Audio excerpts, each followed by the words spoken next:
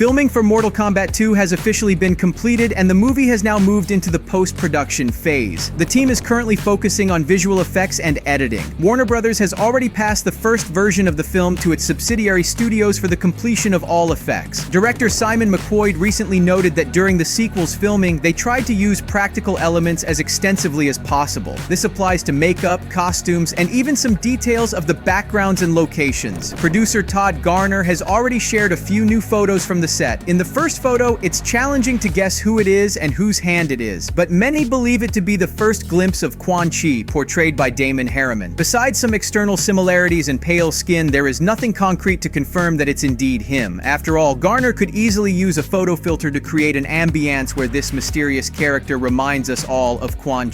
Despite all this, the Sorcerer has been officially confirmed for Mortal Kombat 2, and as I mentioned earlier, the role has been cast to Australian actor Damon Harriman. He is known for his roles as Charles Manson, having played him twice in the Mindhunter series and in Once Upon a Time in Hollywood. Indeed, the actor seems quite fitting for the role of Quan, and there hasn't been any major fan backlash regarding the casting. The casting of Karl Urban as Johnny Cage in the upcoming film garnered significant backlash. Producer Todd Garner shared a first look at the iconic belt with the Cage buckle, a feature Johnny Cage has sported in various games and skins. However, the buckle's design closely resembles the one from Mortal Kombat 11.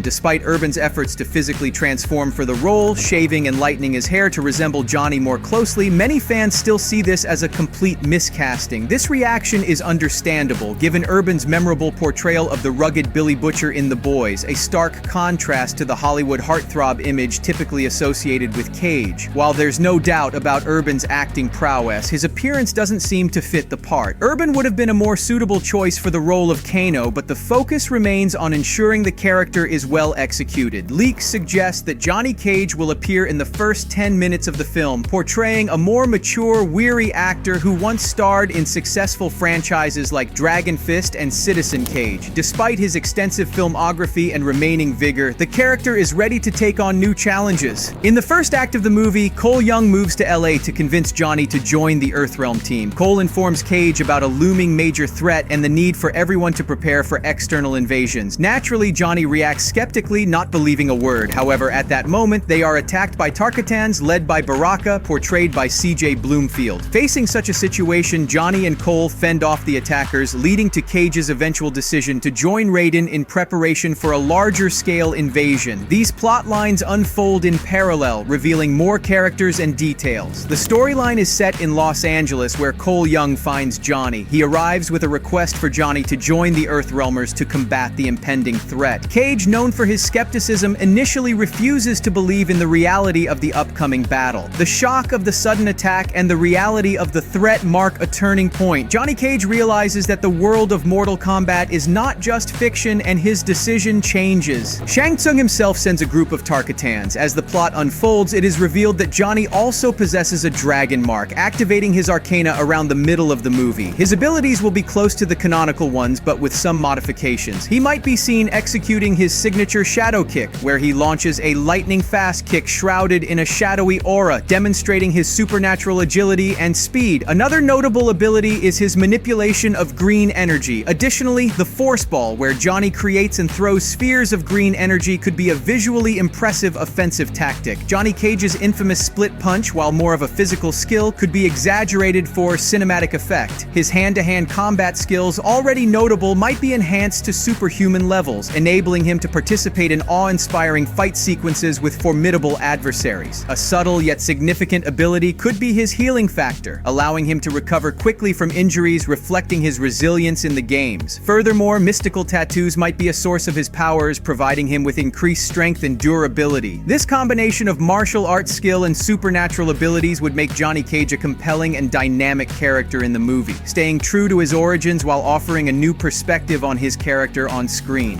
Eventually, Johnny Cage decides to join Raiden's team. He begins to prepare for the upcoming challenges, overcoming internal conflicts and doubts that have long plagued him. This period becomes a time of personal growth for Cage. Todd Garner has explicitly stated that the sequel will primarily focus on him, and considering these words, Johnny Cage can be expected to be the protagonist. The Earthrealmers will undergo a series of training sessions, preparing for the impending invasion. During this time, the characters have the opportunity to strengthen bonds, develop mutual understanding, and strategies for collective collective combat. Johnny not only proves himself as a skilled fighter, but also as a person capable of teamwork. The main antagonist of Mortal Kombat 2 will be none other than Shao Kahn, portrayed by Martin Ford. I've already made a separate video where I fully dissected his role in the storyline, his character, and many other details. To avoid repetition, let's just say that from the first film, it was clear that the creators had reserved such a grand villain for future movies. We shouldn't expect Shao to be the primary evil. More likely, the sequel will focus time on Shang Tsung and Quan Chi. Quan Chi himself is a very key character in the Mortal Kombat universe. He was responsible for the death of Hanzo Hasashi's family. Although the first film portrayed the elder Sub-Zero, Bi-Han, as the culprit, it's hoped that the sequel will reveal more about the true origins of these iconic ninjas. Quan Chi isn't coming just for a few scenes. It's known that he will resurrect Bi-Han, leading to the emergence of Noob Saibot. Therefore, in Mortal Kombat 2, we are likely to see a more expansive rematch between Scorpion and the elder Sub-Zero. I believe the creators should not be afraid to showcase this duo more, as they are symbols of the franchise and were featured on the poster of the first part. I think the studio has drawn conclusions and knows what the audience wants, promising a better movie. They need to learn from their mistakes and move forward. However, if the sequel fails to meet fan expectations, the planned Mortal Kombat cinematic universe might fade into oblivion. The timeline for the release of Mortal Kombat 2 is a topic of considerable interest and speculation among fans and industry watchers alike. Given the film's current status in post-production, a release by the end of this year seems highly plausible. Predictions lean towards a premiere in the autumn, potentially edging closer to December, a time traditionally favored for releasing high-profile movies. This projected release period aligns well with the film's post-production schedule. Despite the modest budget, which often necessitates a more resourceful approach to production, the team appears to be on track for a 2024 release. Following the first film, expectations are sky-high, with fans hoping for a deeper exploration into the rich lore of the Mortal Kombat universe. Speculations are rife about how the sequel will expand the narrative. Key among these is the development of character arcs, especially those who had lesser screen time in the first installment. Fans are particularly keen on seeing more of the iconic characters, hoping that the sequel delves into their backstories and motivations more deeply. While an official release date is yet to be announced, the current progress and industry patterns suggest that fans won't have to wait much longer to witness the next chapter in the Mortal Kombat saga. Subscribe.